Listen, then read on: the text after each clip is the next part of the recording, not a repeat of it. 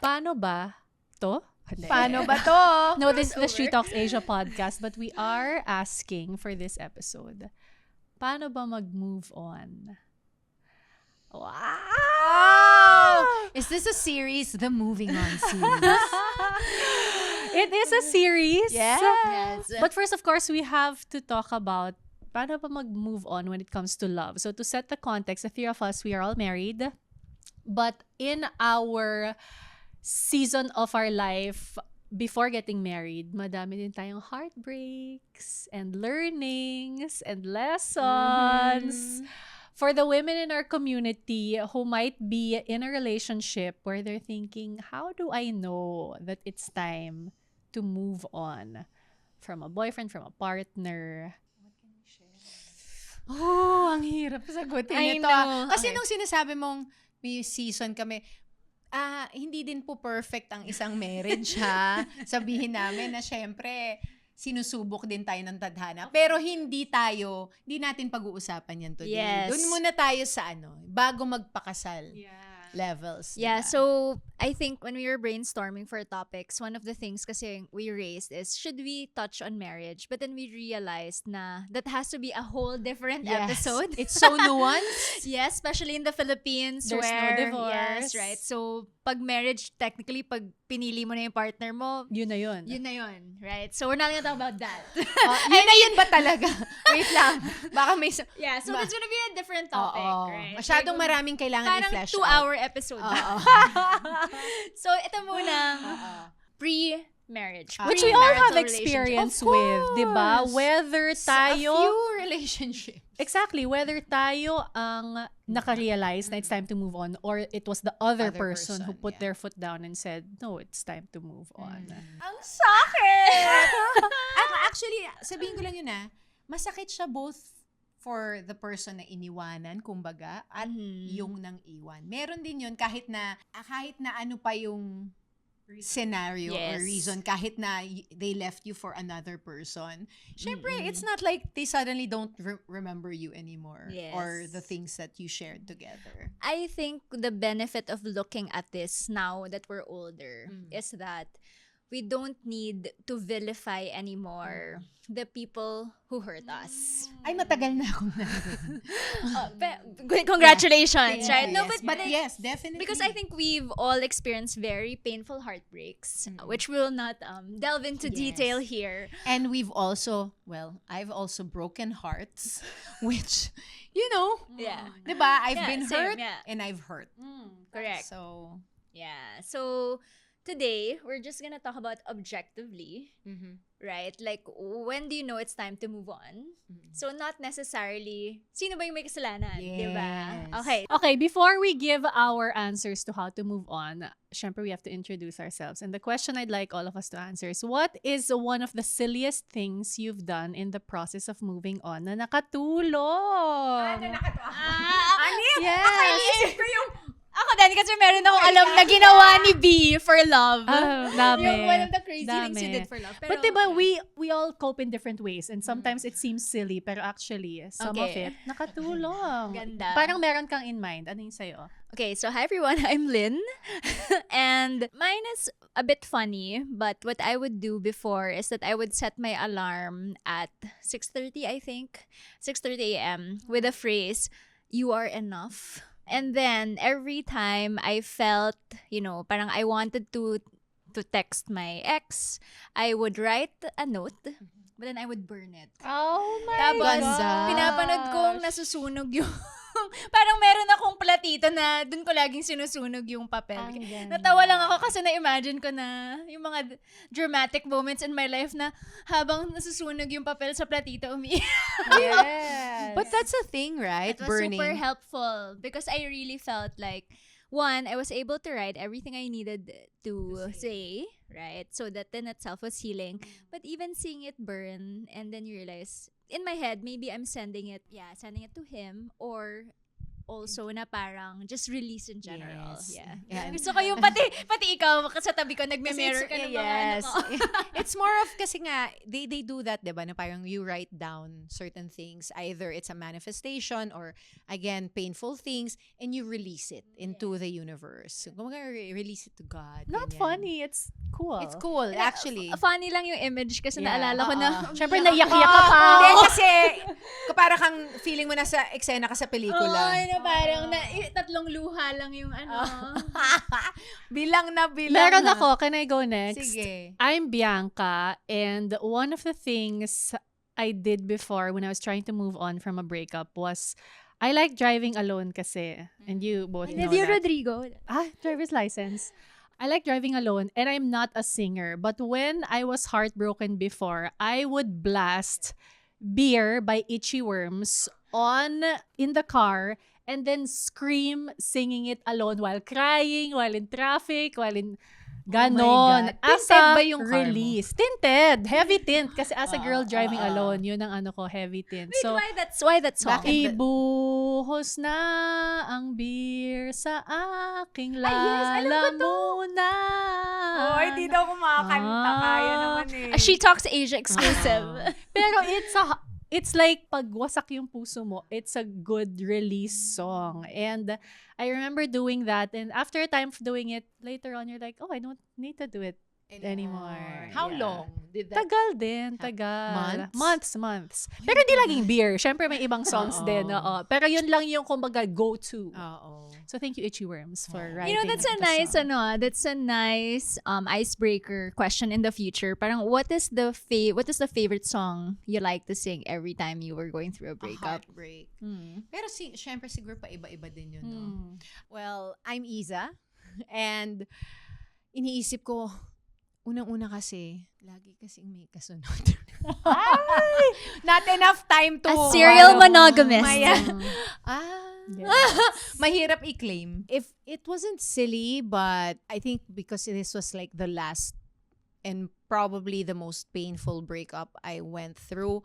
Kasi nga, may kasunod man shortly after, talagang nawasak ako nung time na to. Pumunta ako sa The Farm at San Benito. It was the first time na, kumbaga, nag-travel ako or nag-trip ako nang mag-isa lang ako. Although dito lang siya sa Pilipinas, pero ako lang for 2 nights ba or 3 nights, hindi ko na maalala, pero talagang damang-dama ko.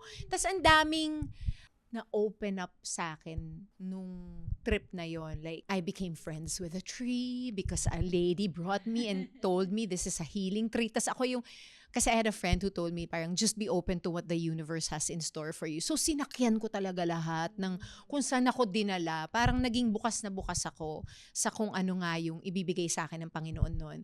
And I remember that I didn't write it down, but I was reciting a lot of the things I wanted to find in a man. And I think a lot of them Ben has the qualities. And I met Ben shortly after that. Parang a few months after that trip. By the way, Isa loves that tree so much that Yeah. when I met her and we became close, it's also one of the things she told me actually. Like every time you feel bad and you're in the farm, you should visit this balete tree. Mango. Mango Mango tree. I Na know, yung I'm- sobrang laking, sabi sa akin Yeah. balete. That's where pero- Teacher and Casey got married during Yeah. the pandemic. In the yes, in It's the a tree. tree. It is like such an ancient tree. It They is nice, said yeah. that the energy is very healing. I hope, my dearest mango tree, I haven't visited you in a long time. I will hug you soon. But the photos that Pat D took of her when she was a baby, they were also shot by that tree. Kasi nga, we have a connection with that tree. But trees in general, yes, I am a tree hugger. Oo. It's silly. I went to a tree. I mean, I didn't go. Somebody told me, a lady I met just told me that she was going to introduce me to a friend.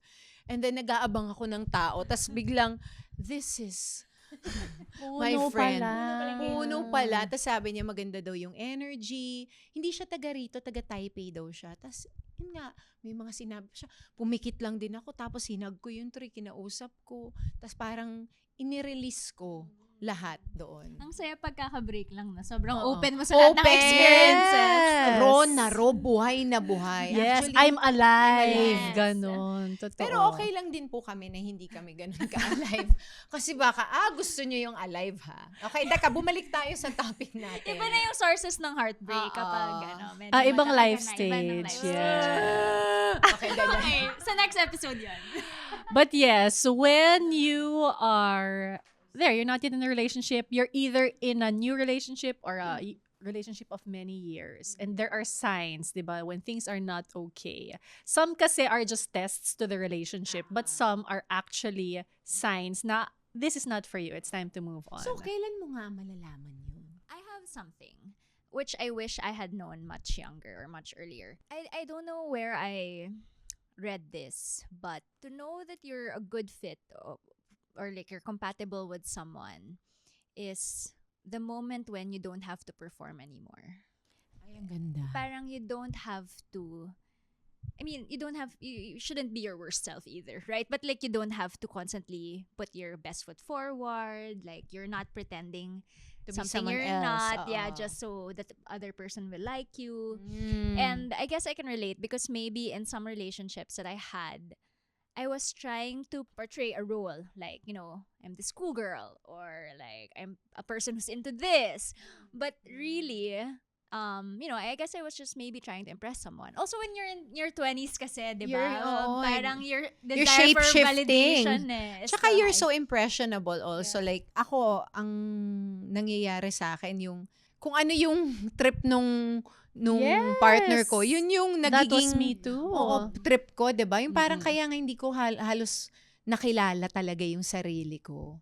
Pero, good, ang gandang tip nung sinabi mo. Wait, You so don't have meaning to it's time to perform. move on when you feel like You're performing. Day You're in, const- day out. Yes, you're constantly Yes. performing for someone else. Or you're trying to fit into the mold of who that person is. That's true kasi Yun you na. can tell eh. You can diba? tell. Ako yung last ko nga, parang at some point na, oh my gosh, pati pananamit, pagsalita, length ng buhok, kailangan. As in, although gusto ko din naman yung ibang things, pero, ito na para lang dun sa taong to. There's a very concrete moment I can remember. Because I like doing accents, but I'm not good at it. Like, yung British accent ko, maybe African accent siya sometimes. Yeah, like, wala lang, for fun lang, di ba? Tumira ka naman doon, so okay lang. But, when, sa Africa or sa UK? sa UK. Oo. Ikaw naman. Well, yung tira, I wouldn't say tira. I mean, Well, you I studied. studied. But anyway, so I had this ex-boyfriend na parang we were watching The Secret Garden on HBO and I tried to imitate their accent and my boyfriend just looked at me and was like, oh my gosh. Yung parang, tsaka hindi like in a funny way, parang Na-insecure ka. na-cringe siya ng Oo. sobra. But it's not as if I'm gonna be the next Star Magic talent or whatever. I Kahit just sa Star was having- Magic, hindi requirement hindi ba yun, by yun? the way, ha? Kasi British accent yun Just siya. having fun. Oo. But then now I realize with my husband, he indulges it pa. Na parang even if I sound Jamaican, right? Like, he doesn't care. So, parang yun parang very concrete siya na, nga, no, maybe that guy wanted someone who's a bit more polished, right? Someone who can do accents very well. Yeah. Oo. Yeah.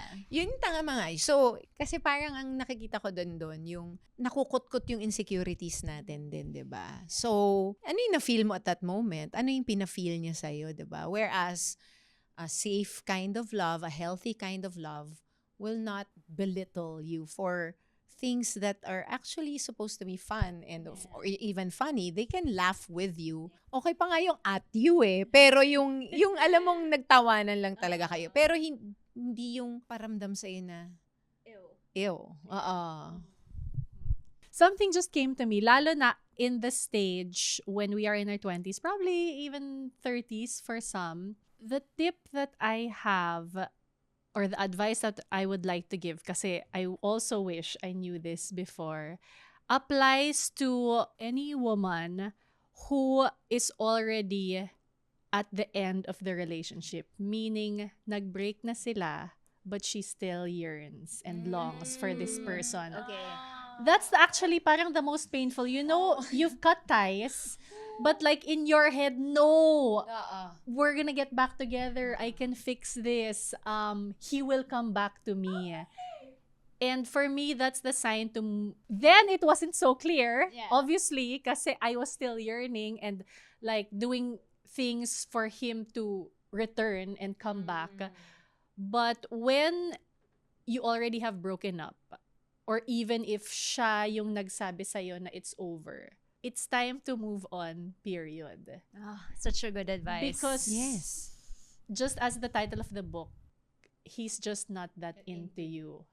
A guy will pursue you if he wants to pursue you, especially in a situation like that he knows he still has you.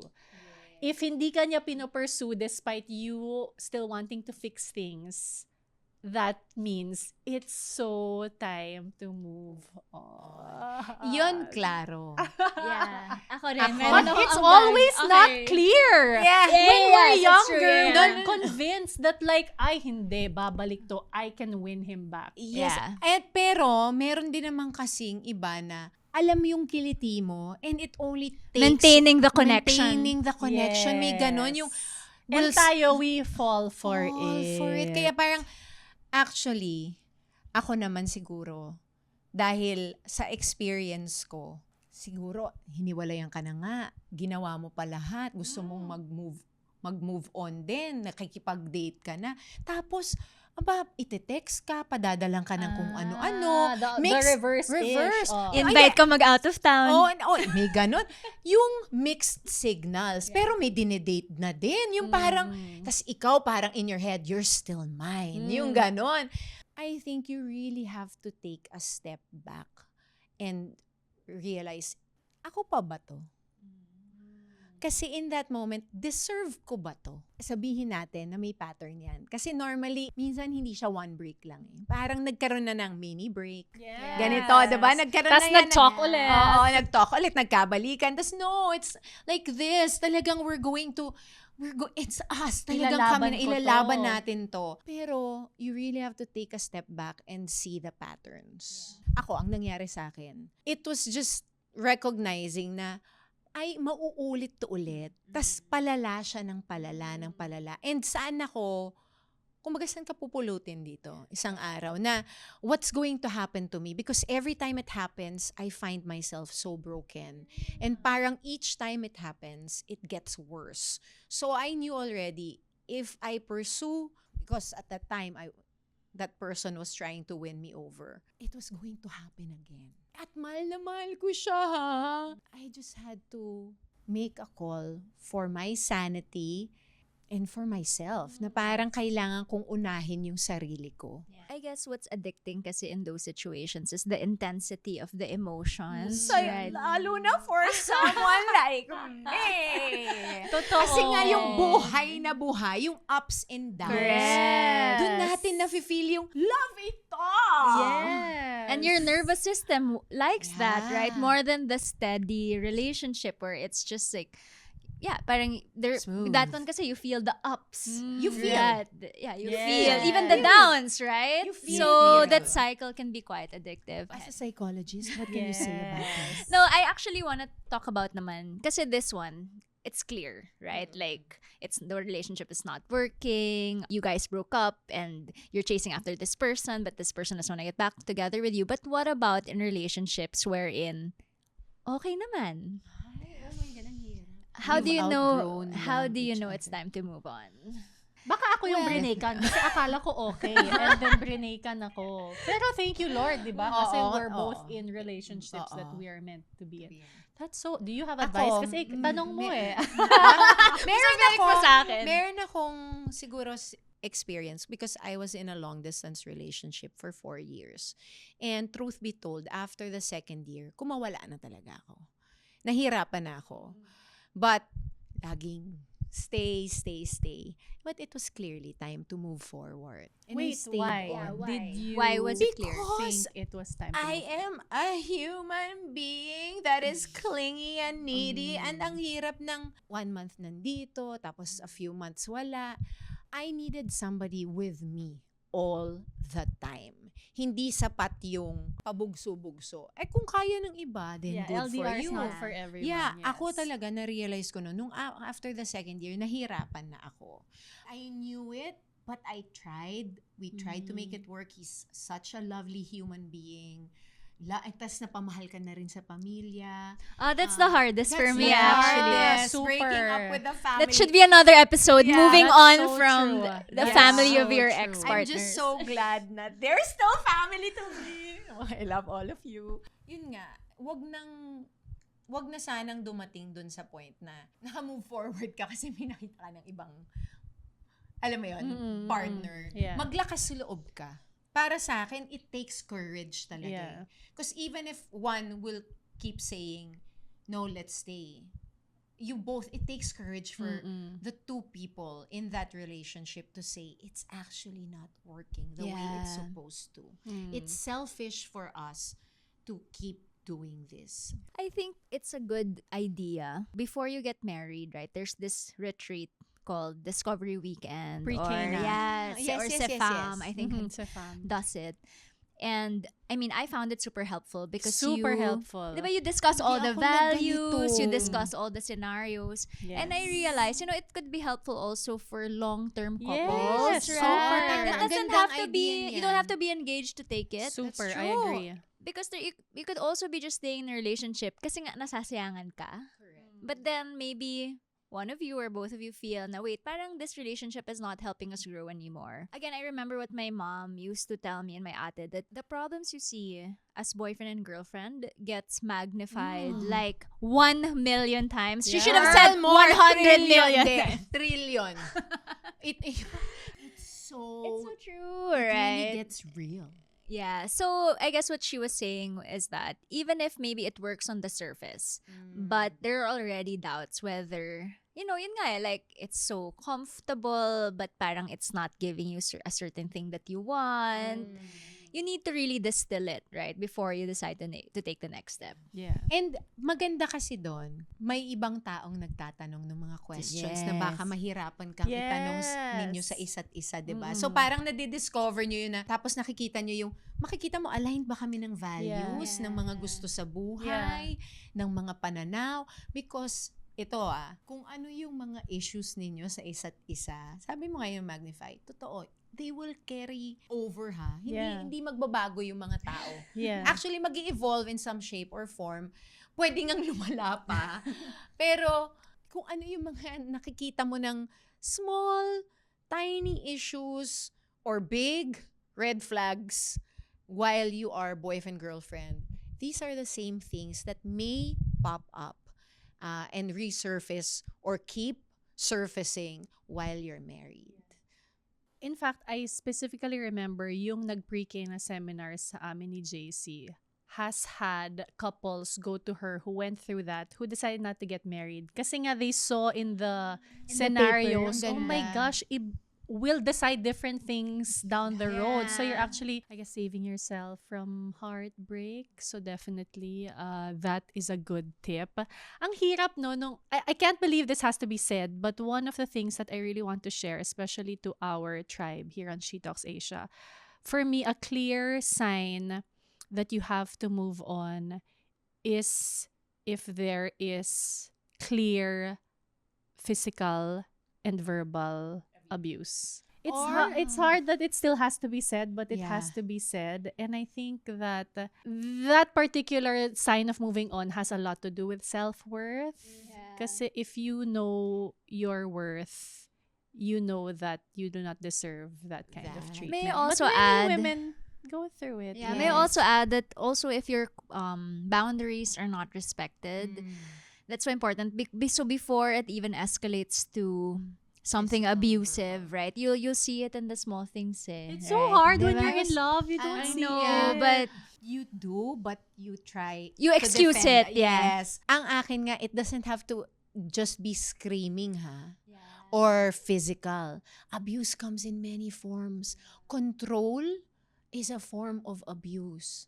So if you find that in any way, this person is making you feel small, and like every little thing, parang hindi ka makahinga, parang you're on edge. These are signs. And I'm telling you that there doesn't have to be physical or verbal abuse in a way na minura ka, sinaktan ka, pwedeng nakasabi ng masakit pero said in a calm tone.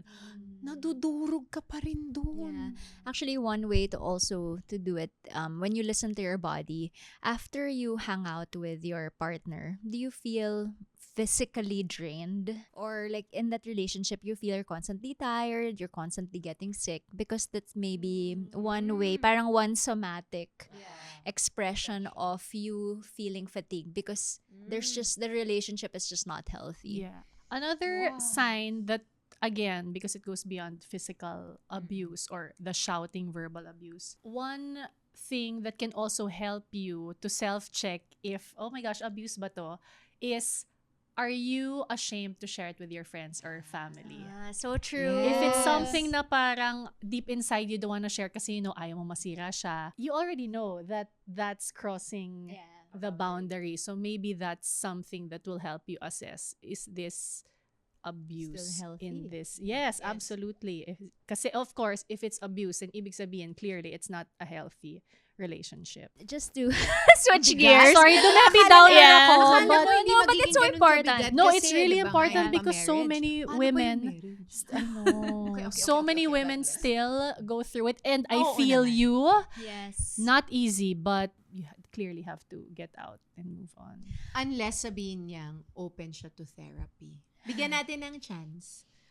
Pwede siya pero mag-therapy dapat ikaw mag-isa. I was gonna say, pero pinakamaganda nun talaga, mag-therapy muna siya. At Yeah. ikaw, baka kailangan mo din mag-therapy dahil naranasan mo yung mga abuso, di ba? Kailangan mo munang buuin yung sarili mo.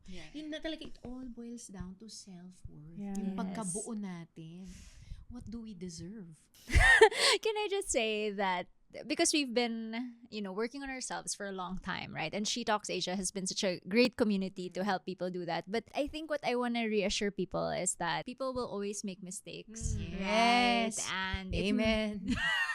it may come in different forms.